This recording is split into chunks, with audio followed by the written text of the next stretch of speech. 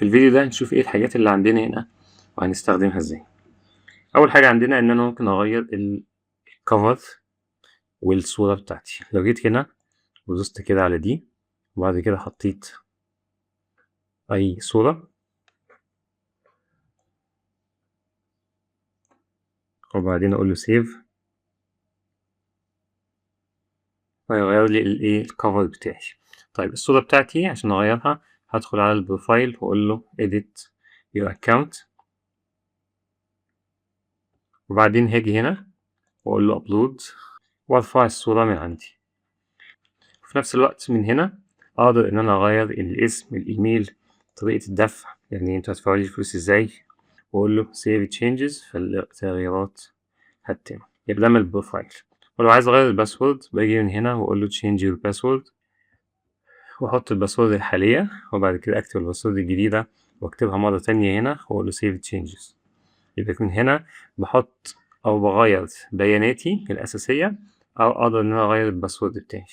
فقلت له payout details اللي هي هيفتح لي انا هستلم الفلوس ازاي، فاكتب هنا ممكن ازود عليهم او اغير فيهم واقول له save changes. طيب يبقى من هنا بغير ايه البيانات الاساسية بتاعتي. طيب تاني واحدة اسمها الماركتينج. الماركتينج دي اهم واحدة في الموضوع ده كله. ليه؟ لان من هنا بعمل لينكات اللي ببعتها للناس اللي بتخش من خلالها علشان تشتري ويتحسب لي الكوميشن او العمولة بتاعتي. طيب عندنا 3 حاجات. عندنا حاجة اسمها creatives، campaigns، affiliate links. همسكهم من تحت لفوق كده. الكرياتيفز دي لو دخلت عليها ممكن تلاقي هنا بعض الحاجات اللي بتاع موبايلات حاططها لك علشان تقدر تستخدمها في التسويق بتاعك. يعني ممكن تلاقي صور لمنتجات، تلاقي بانرات، تلاقي تصميمات، تلاقي لينكات لفيديوهات، فساعتها ممكن تاخدها وتستخدمها وانت بتسوق المنتجات. يبقى هنا الجزء ده بتاع موبايلات ممكن يدعمك فيه ببعض الماتيريال، الصور، التصميمات، الفيديوهات وهكذا عشان تقدر تسوق للمنتجات. طيب اللي بعدها الكامبينز دي مسألة تنظيمية خالص. يعني أنا بعمل لينكات كتير وببعت لينكات لهنا وهنا وهنا، أو عندي قنوات تسويقية، عندي صفحة على الفيسبوك، عندي قناة على اليوتيوب، عندي قناة على التليجرام مثلا. فأنا عايز أنظم اللينكات بتاعتي. كل قناة، صفحة الفيس يبقى ليها مكان في اللينكات اللي بحطها عليه لوحدها، قناة اليوتيوب لوحدها، التليجرام لوحده وهكذا. فباجي هنا أعمل إيه؟ أعمل حاجة اسمها كامبين، لكني بعمل فولدر كده بحط فيه اللينكات. فأعمل هنا مثلا كامبين اسمها فيسبوك بلاك فرايداي ماذرز داي، إن أنا عندي إيه ده هنا أحط فيها اللينكات بتاعت الفيسبوك. ده أنا في داخلنا البلاك فرايداي فأحط اللينكات اللي استخدمها في البلاك فرايداي. عند الماذرز داي اللي هو عيد الأم أحط لينكات اسمها في الأم وهكذا. طب بعمل لينك إزاي؟ ولا حاجة، باجي هنا أقول له مثلا انستجرام أقول اد نيو كامبين، هينزل لي هنا. يبقى هنا بحط أسماء بس بنظم، ولما اجي اعمل لينكات بعد كده زي ما تشوف دلوقتي بختار اللينك ده يتحط في انهي كامبين من دول. طيب هاجي هنا اقول له بقى ايه affiliate links، وده اهم جزء في الداشبورد دي. طيب باجي اعمل ايه بقى؟ عندي حاجتين. عندي حاجه اسمها اللينك العام بتاعي او الديفولت affiliate اللي هو الديفولت affiliate link او اللينك اللي الافتراضي بتاعي اللي هو اللينك ده.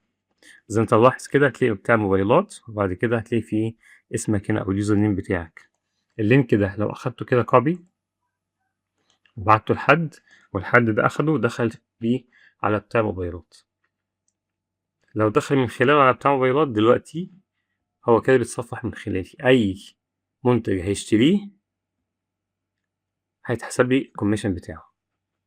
يبقى اللينك العام لما بعته لحد ودخل بيه على بتاع موبايلات هيدخله على الهوم بيج عادي، لكن هو أي منتج هيشتريه بقى ويخش يلف أي منتج يشتريه هيتحسب لي الكوميشن بتاعه.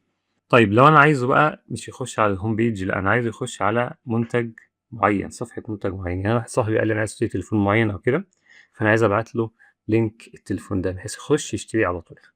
طيب هعملها إزاي دي؟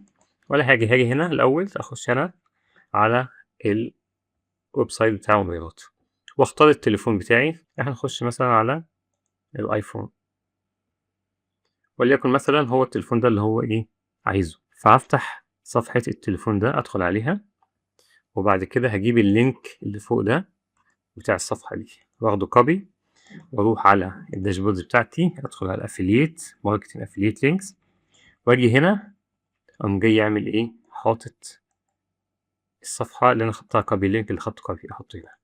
وعايز احط ده في انهي كامبين، لو عايز احطها كده من غير كامبين هسيبها كده، عايز احطها في كامبين معينة هختار ايه، فيسبوك مثلا، بحيث انها تحط لي في الفولدر بتاع الفيسبوك. وبعدين اقول له generate link.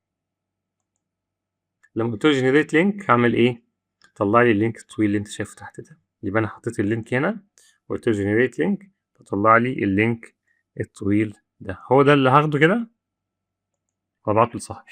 طيب لما ابعته له بقى، هو هيخش يقوم جاي فاتح كده، يحطه كده او يخش عليه يدوس عليه كليك فيفتح له صفحة المنتج اللي انا بعتها له، يخش على المنتج على طول. لما يشتري المنتج ده هيخش بقى ايه، عجب المنتج خلاص هيختار ايه اللون ويقول ايه add to cart، بنكمل عملية الشراء عادي خالص. وبمجرد ما يشتريه خلاص هينزل لي ايه، هينزل لي الكوميشن بتاعي عندي في حسابي. طبعا اللينك ايه يبقى موجود عندي هنا، يبقى ممكن بعد كده اي وقت اخش اخد نفس اللينك له كده كوبي لينك من هنا وابعته لاي حد تاني. يبقى دي اللينكات بتاعتي اللي انا عملتها كلها. خلاص يبقى تاني انا دخلت على ايه، ماركتنج افيليت، عندي حاجتين، عندي اللينك الافتراضي ده اللينك اللي بعته لاي حد بيدخله على الهوم بيج بتاع موبايلات، لكن اي حاجه يشتريها طالما دخل من خلاله هيتحسب لي العموله بتاعتها. او لو عايز صفحه معينه بروح الاول اخد لينك الصفحه، اخش على الصفحه اللي انا عايزها واخد لينكها، وبعدين اجي هنا احط اللينك هنا واقول له جنريت لينك، هيطلع لي لينك تاني اطول شويه هو ده اللي اخده وابعته للناس. بعد كده لو دخلت على referrals هلاقي عندي هنا الناس اللي دخلت من خلالي. طبعا انا مفيش حاجة هنا لاني لسه مفيش حد اشترى من خلالي.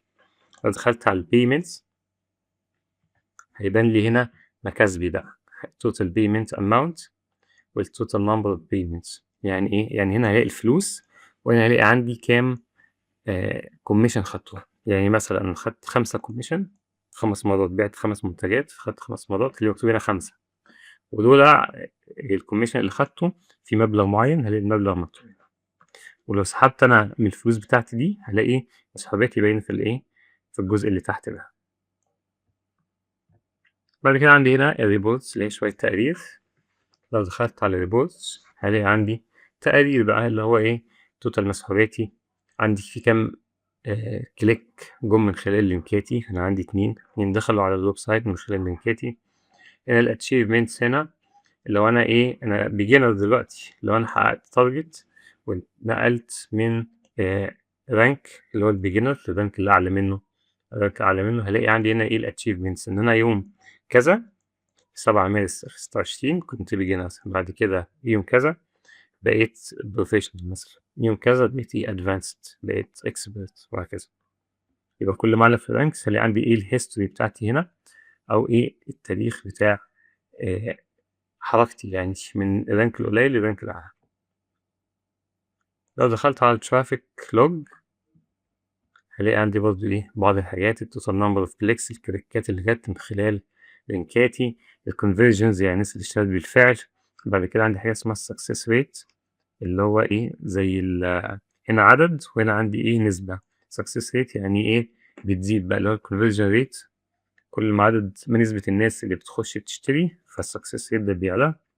وبعد كده عندي في كليك هيستوري ممكن أجيب إيه، أختار رينج معين من التاريخ ويطلع لي هنا بقى إيه الكليكات اللي جت في التاريخ بتاعي. لو دخلت على الكامبين ريبورتس برضه دي شوية تقارير هلاقيها متقسمة هنا إيه بالكامبين بقى اللي هو الفيسبوك، عشان عندي هنا حاجة اسمها كامبين ومقسمهم لينكات، اللينكات في الكامبينز دي. فمثلا اللينكات بتاعت الفيسبوك اللي مكتوب هنا جاب منها كام كليك، يونيك كليكس كام كليك من ناس مختلفة، يعني مثلا لو 5 يبقى 5 أفراد مختلفين. التوتال كليكس ممكن عليهم أكتر من 5، ليه؟ لأن ممكن شخص دخل مرتين من نفس اللينك. وبعد كده إيه الريفيرالز وهكذا، هلاقي كل إيه كامبين مكتوب الفيسبوك جاب منها كذا، الانستجرام جاب منه كذا، وقناة اليوتيوب جاب منها كذا، وهكذا.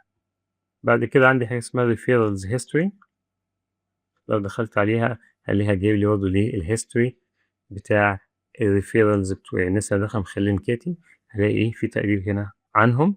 طبعا مفيش حاجة عشان أنا لسه محدش دخل. وبس كده. يبقى إحنا عندنا إيه، هنا باغيّر بياناتي الشخصية، هنا ده أهم تابة اللي من خلالها باعمل اللينكات والcampaigns أو ألاقي الحاجات اللي بتاع الموبايلات سايبها لي عشان يساعدني بيها. بعد كده عندي هنا إيه، الناس اللي دخلت من خلالي، هنا المدفوعات والمسحوبات والقصة دي، وبعد كده عندي شوية تأهيل.